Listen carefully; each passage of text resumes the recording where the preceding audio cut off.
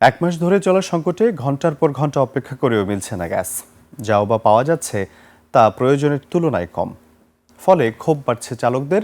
দ্রুতই এই সংকট থেকে বের হবার দাবি সাধারণের। আদিত্য মামুনের রিপোর্টে বিস্তারিত। মধ্যরাত এই অপেক্ষা গ্যাসের জন্য। সিএনজি স্টেশনের সামনে অপেক্ষার সারি 1 কিলোমিটারেরও বেশি।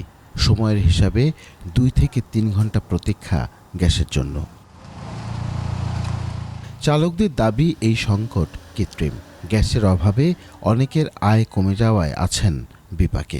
11টা থেকে এখন তো একটা উপরে বাজে, 2 ঘন্টা যাবত অপেক্ষা করতেছে। এটা চলছে মোটামুটি লম্বা সময়।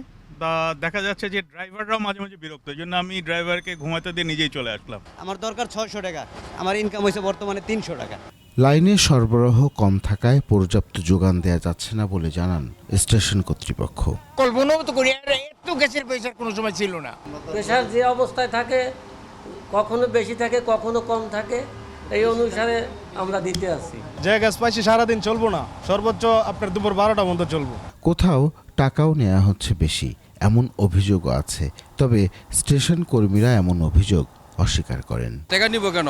টাকা নিয়ে গিয়ে দিব না। তারা কাস্টমার, তারা গিয়ে দিতেছে আমাদের, এটা সাপ্লাই আমাদের কাস্টমার টাকা না। কাস্টমার তারা এটা উদয় মিথ্যা আর অভিযোগ করতেছে। দ্রুতই সমস্যার সমাধান চান ভুক্তভোগীরা। আদিত্য মামুন, 21 টেলিভিশন, ঢাকা।